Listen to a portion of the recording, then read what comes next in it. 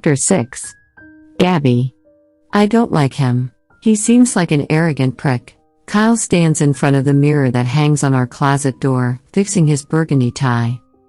I'm on the bed with my phone in hand, reading the email Mr. Ward sent back.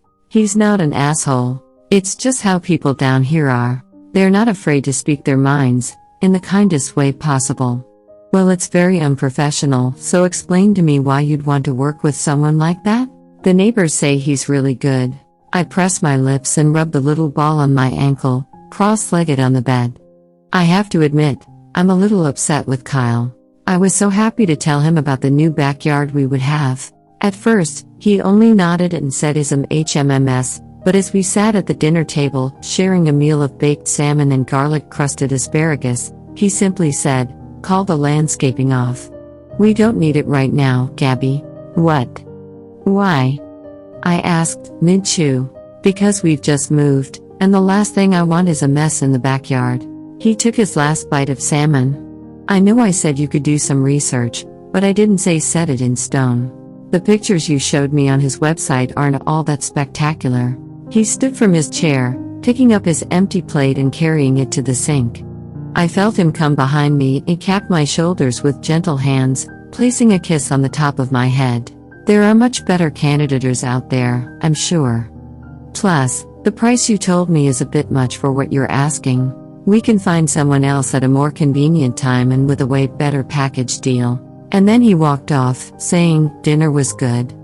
On the way out, I remained slumped in my chair. Suddenly, I'd lost my appetite. I dumped my half-eaten meal into some Tupperware, and then washed what little dishes we had. I didn't speak to Kyle much for the rest of the night, and was slightly relieved he'd fallen asleep after I'd taken a shower. Now, I can't stop thinking about the email Mr. Ward sent back. I feel awful, knowing he's probably already started a design, and I believe him when he says we won't find anyone with better prices. I've searched, and landscapers in Hilton are pretty expensive. He's given the cheapest quote so far, compared to some of the others I've emailed. I really want this backyard before the housewarming. I plead with Kyle. Can we just give him a try? Please. I climb off the bed and walk to him, lightly swatting his hand away and straightening his tie. He said he would have it done in plenty of time before our housewarming even happened. I'm thinking sometime in May, we could do it. Kyle sighs, dropping his eyes to look down at me. You waste money on things we don't need, Gabs. But this is different. It's permanent. An investment. I can't give it away or shove it aside, like a new shirt or a pair of shoes. He knows I have a point, because one of his eyebrows shifts up. He pulls away from me, turning to grab the jacket of his suit.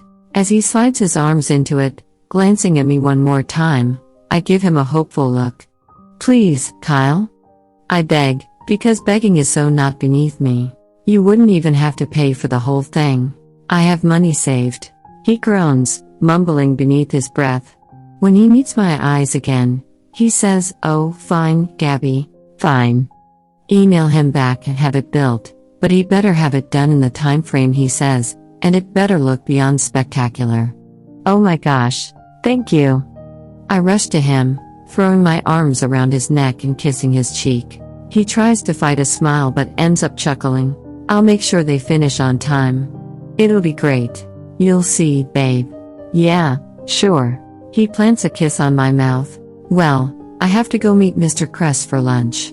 Let me know what you want for dinner. I'll pick something up. Okay, I will. I give him one more kiss as he cups my ass in one hand. Love you. Thank you. With a squeeze on my butt, he smiles on his way out the door, and I watch him go. When I hear his car door shut, I pretty much dash to my studio, popping my laptop open and sending Mr. Ward an email back, telling him to disregard my last email and that he can continue with the job. He doesn't reply right away. I'm 10 fingers deep in glazing a sculpture when I hear my laptop ding. It takes a few moments to get my hands clean enough to type in my password and get to my emails. Miss Gabby, glad your husband came around. Also glad to know there are still people out there with good taste in yard work. Let's hope I don't fail either of you. Working on the prints. We'll email proofs to you within 24 hours. Looking forward to building the dream backyard for you. Have a great week. Marcel Ward, CEO of Ward Landscaping and Design. I laugh at his email, especially the part about my good taste in yard work. I reply sounds good, and leave it at that, but while I finish glazing my sculpture of a mama and baby elephant holding their own balloons, I can't help thinking about his email from last night. Don't give up so easily on something you really want. I hadn't read that part out loud to Kyle, and with good reason, because Kyle would have felt challenged by a man he didn't even know. Still, it's almost like Mr. Ward knew Kyle had shut the idea down. That one sentence pushed me, in a way, the screams inside me demanding that I don't give up on it because I really do want it. Kyle wouldn't have found another landscape architect worth the price. I'd done my research after finding Mr. Ward, and most of the landscape architects I found do only commercial work. Not residential. The ones who do residential are way too pricey.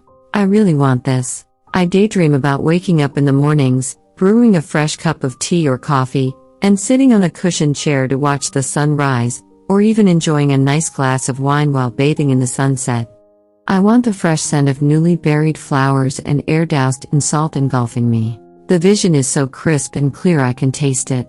So yes, this is something I have to push for, and for once, I'm glad I didn't shove the idea aside all because Kyle told me to.